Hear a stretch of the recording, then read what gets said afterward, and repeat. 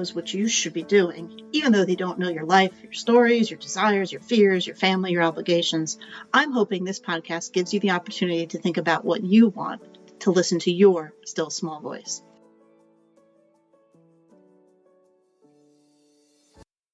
Welcome back. I'm Jennifer. Today, we're talking about alternate holidays, or maybe not celebrating it at all, and doing all of that with a sense of gratitude that we're actually able to do that. I remember watching Charlie Brown Thanksgiving as a child, and I thought that the feast that Charlie Brown and Linus prepared was great. Not because I wanted to eat the popcorn or the jelly beans for Thanksgiving. I decidedly did not, even as a child. But I liked that they made it work with what they had, and that all of their friends were happy and thrilled with it, and were just hanging out and enjoying. That's what I liked about it the most. And when I was married about probably 10 years ago now, maybe even 15, we made the so-called horrifying decision to stay at home one year.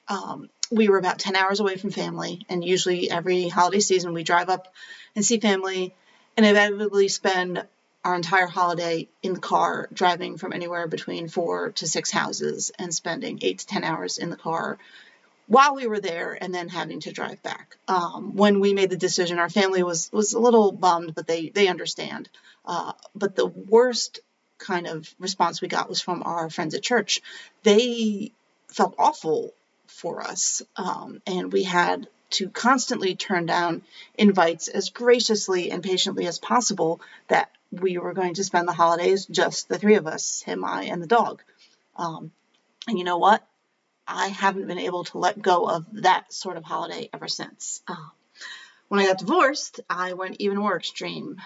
To me, the best part of the holiday, an actual day of rest, is to do nothing. And when I was divorced, that is exactly what you get to do. You have zero requirements. I didn't have to go anywhere or do anything. My family was far away. They knew I wasn't doing well, and they literally just let me sit and be the entire day. Zero requirements, zero expectations. You are not required to do anything. It's wonderful. Now, granted, I took some friends up on some invites now and then, and I was grateful for that. But you know what? Like, I could go for a few hours, and then I could go back to my quiet, uninterrupted, zero requirement space. It was great. So I am all about alternate ways to spend the holidays.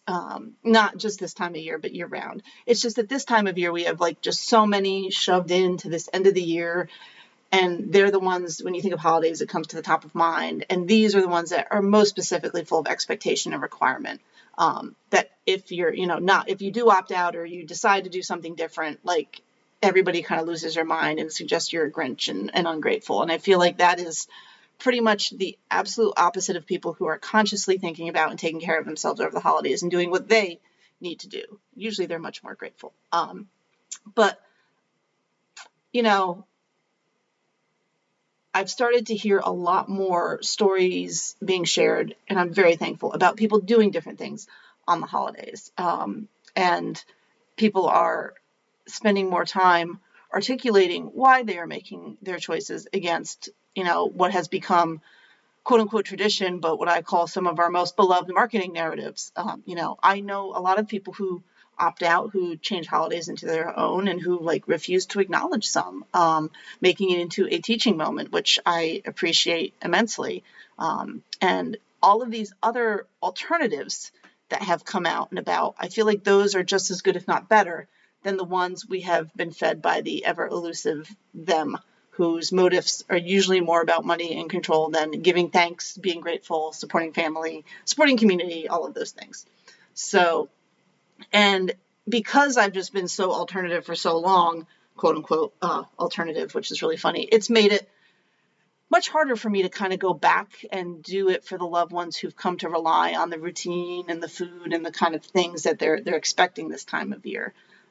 It's even harder for me to justify as a middle-aged woman with no kids. It's kind of hard to be like, we should be doing these things because that's what you do, because it's not what I do on a regular basis. I am not trying to schedule and do things for other humans. It's just me and, those who I care about, my parents and my partner and my friends and those I love. But when you're not being obligated to do it by somebody in your household, it's much harder to kind of justify those things, I think. You want to make sure when you're doing anything thing, that your intention and your motives are pure and they're not being kind of co-opted by somebody else. And oh gosh, is that so hard this holiday season? So while I do enjoy some of the hustle and bustle and sometimes the over-the-topness of the decor of the holiday season, I do love lights at night. I can't get over that. But I do know that like this holiday season, which is really a Christmas season, as we know it in the United States, has absolutely nothing to do with the values, ideas, and dreams it claims to provide. You know, all the buying, the decorating, the cooking, the gifting, the parties, all of the kind of like, I call sisters boom, bah, rah, rah, rah stuff. Like, who is it for really? And I would argue the same thing with our American Thanksgiving. Who is it for really? You know, it is always harder for those who opt out. It is sometimes easier to kind of just jump in and accept it for what it is and go with the flow. But usually when you opt out, it is because you are more closely tied to the reason and the values of the holiday or the season that it claims to be celebrating or defining. You know, winter and rest and kind of enjoying that darkness and getting excited for the light to come back in the new year. Gratefulness for the year. You know, it doesn't have to be done the way we have, quote unquote, been told it's always been done, with all of this hustle and bustle and kind of marketing madness. And, you know, I would think it doesn't actually have to be done at all. I'm all about stealth celebrating, stealth doing things. I think about picking the event or the idea that makes the most impact and the most people happy, and then like letting go of everything else and enjoying the fact that you don't have to do everything else. You can be grateful for the fact that you don't have to do stuff, and I feel like that can sometimes be the best gratitude of all. So for the two big upcoming holidays, these are just some thoughts. So first, for Thanksgiving, I've heard of people who make it a Friendsgiving and they just bring and eat their favorite foods, no quote unquote traditional turkey dinner required. I know there's always walks and runs and volunteering that can be done that day. You know, there is a way to pick your favorite part and honor only that. Personally, I really only like pumpkin pie, and even now I'm like starting not to enjoy it. But my mother, now that she's close, makes it for Thanksgiving, and I'll be there for the pie. I plan a meal for myself sometime during that weekend. If I'm really focused on being grateful for food, if it's about being grateful for the year, you know, what I've harvested, well, I'm really looking forward to that morning, taking some time and being quiet and just thinking about the year and how I want to be next year. And that I'm very grateful for. So picking something or totally doing the opposite, which I've seen other people do, I think is a wonderful idea for Thanksgiving. As for Christmas, I have no idea about Hanukkah and Kwanzaa, so I can't speak to them. But as for Christmas, and I think for any holiday or anything you want to do, like, let's pretend it's 2020 again and just opt out. I mean, let's think about this seriously. What did we do in the years that we couldn't do all the things? And during those years, what did you like really miss? And like, what has just come back and filled the space as another expectation in the years since? So I guess this might actually apply to like Hanukkah and Kwanzaa and all the holidays.